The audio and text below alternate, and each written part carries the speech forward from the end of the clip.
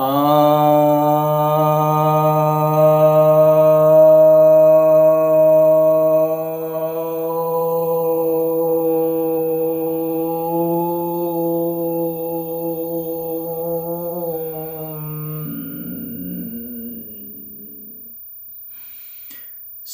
भक्तजनों को सप्रेम नमन।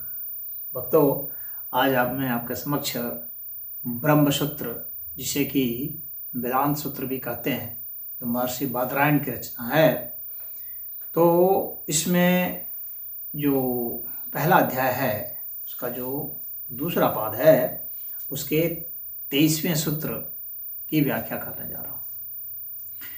इस सूत्र में कहा गया है रूपोपन्यासाच, अर्थात रूप का उपन्यास भी परमात्मा को इंगित करता है। अर्थात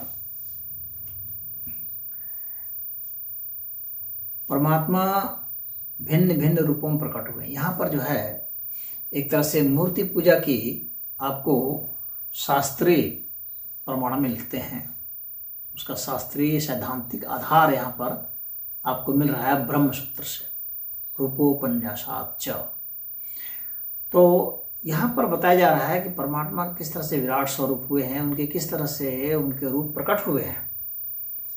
तो उनके रूपों के कारण भी हम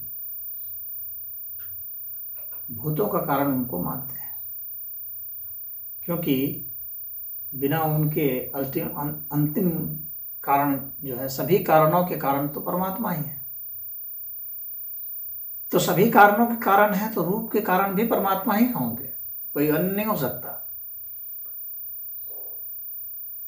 सभी प्राणियों के कारण भी परमात्मा है, सभी चीजों के ही कारण परमात्मा है, चाहे कोई मूर्त वस्तु हो, सूक्ष्म वस्तु हो, चाहे कारण वस्तु ही क्यों ना हो, उन सभी के अंतिम कारण जो है परमात्मा। मुंडकोपनिषद जो है उसके एक मंत्र में बताया गया है, अग्निर्मूर्धा चक्षुषी चंद्र सूर्योर्दिशः श्रोत्रे वाग्विवृताश्च वेदाः वायुः प्राणो हृदयं विश्वमस्य पदभ्याम पृथ्वी हयेश सर्वभूतांतरात्मा। इसी को पुष्ट करते हुए, यानी परमात्मा की अभिव्यक्ति को पुष्ट करते हुए यह जो मंत्र है मुंडक उपनिषद का, जिसमें कि साकार मूर्ति पूजा की बिल्कुल अवधारणा को पुष्ट किया गया है। और जो कुछ लोग कहते हैं कि नहीं, ये पौराणिकों ने खोज लिया है, तो ऐसा नहीं है। इसका जो है ब्रह्मसूत्र में इसका प्रमाण है, जो को मैंने आपको बताया अभी, और इसका मुंडक उपनिषद में भी प्रमाण है। तो जो लोग मूर्ति पूजा की आलोचना करते हैं और कहते हैं इसका कोई शास्त्रीय या कोई श्रुति में कोई आधार नहीं है, तो उनको ये सब देखना चाहिए, ये आधार है। तो इस मंत्र में क्या कहा जा रहा है कि अग्नि इस परमेश्वर का सिर है, अग्निर्मूर्धा, मूर्धा है, मस्तक है। और चक्षुषी चंद्र सूर्यो हो, चंद्रमा और सूर्य उसके नेत्र हैं। यहां मतलब तुलनात्मक रूप से वो बताया जा रहा है, एक अलंकारिक रूप से इसको समझाने की कोशिश की जा रही है। दिशः श्रोत्रे वाग्विवृताश्च वेदाः, तो सब दिशाएं उसके कान हैं, और जो वेद हैं वे उसकी वाणी है। वायु प्राणो हृदयं विश्वमस्य, तो वायु जो है वह प्राण है और संपूर्ण विश्व जो है उसका हृदय है। पदभ्याम पृथ्वी हयेश सर्वभूतांतरात्मा, और उसके पैरों से पृथ्वी उत्पन्न हुई है। यह समस्त प्राणियों का अंतरात्मा है, यानी समस्त प्राणियों के अंतरात्मा परमात्मा है और उसके पैरों से पृथ्वी उत्पन्न हुई है, प्रभाती तत्व उत्पन्न हुए हैं। अग्नि उसका मस्तक है, चंद्रमा सूर्य उसके नेत्र हैं, सब दिशाएं उसके कान हैं, और वेद उसकी वाणी है, वायु उसके प्राण हैं, और संपूर्ण विश्व उसके हृदय है। तो इस अलंकारिक रूप से ये जो तुलना की गई है और बताने की कोशिश की गई है इस तमाम तरह के रूपों को, कि ये रूप ऐसे मत समझ लेना कि ये ऐसे ही अग्नि है तो ऐसे ही अग्नि नहीं। जितने भी अग्नियां हैं सब परमात्मा के मस्तक है। तो अग्नि को यह मत समझना कि परमात्मा नहीं है, वो परमात्मा का मस्तक है। और जितने भी तारे हैं, नक्षत्र हैं, वे परमात्मा के नेत्र हैं।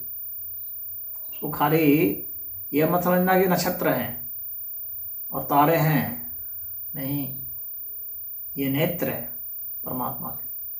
और जितनी भी दिशाएं हैं,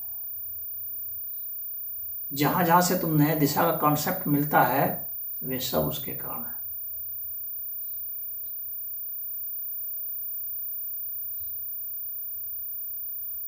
और वेद जो है उसकी वाणी है, यानी वेद मंत्र जो हैं वो उसकी वाणी है।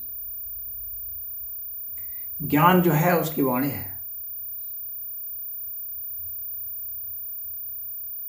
वायु उसके प्राण है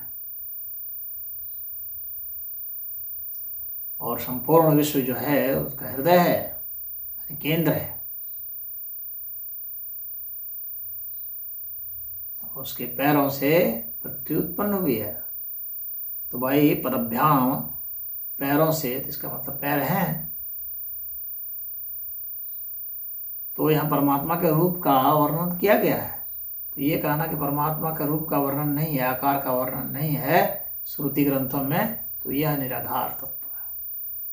यहाँ पर रूपोपन्यासाच कहकर ब्रह्मसूत्र में बादरायण ऋषि ने स्पष्ट कर दिया है। तो परमात्मा के विराट स्वरूप की जो यह बात बताई गई है, इसका जो उल्लेख किया गया है इस प्रकरण का, भूत योनि के नाम से भी यह परब्रह्म परमात्मा का वर्णन किया गया है। सभी प्राणियों का जो स्रोत है वह परमात्मा है। तो परमात्मा के साकार स्वरूप का निरूपण किया गया है। तो इसलिए साकार पूजा की जाती है, इसलिए मूर्ति पूजा की जाती है। इसलिए मूर्ति पूजा के आलोचकों को यहाँ पर एक बादरायण जी ने एक जवाब दिया है और मूर्ति पूजा के समर्थन में यहाँ पर उन्होंने सूत्र दिए हैं। तो मुझे उम्मीद है कि उन्हें भी इस सूत्र पर गौर करना चाहिए। हरि ओम।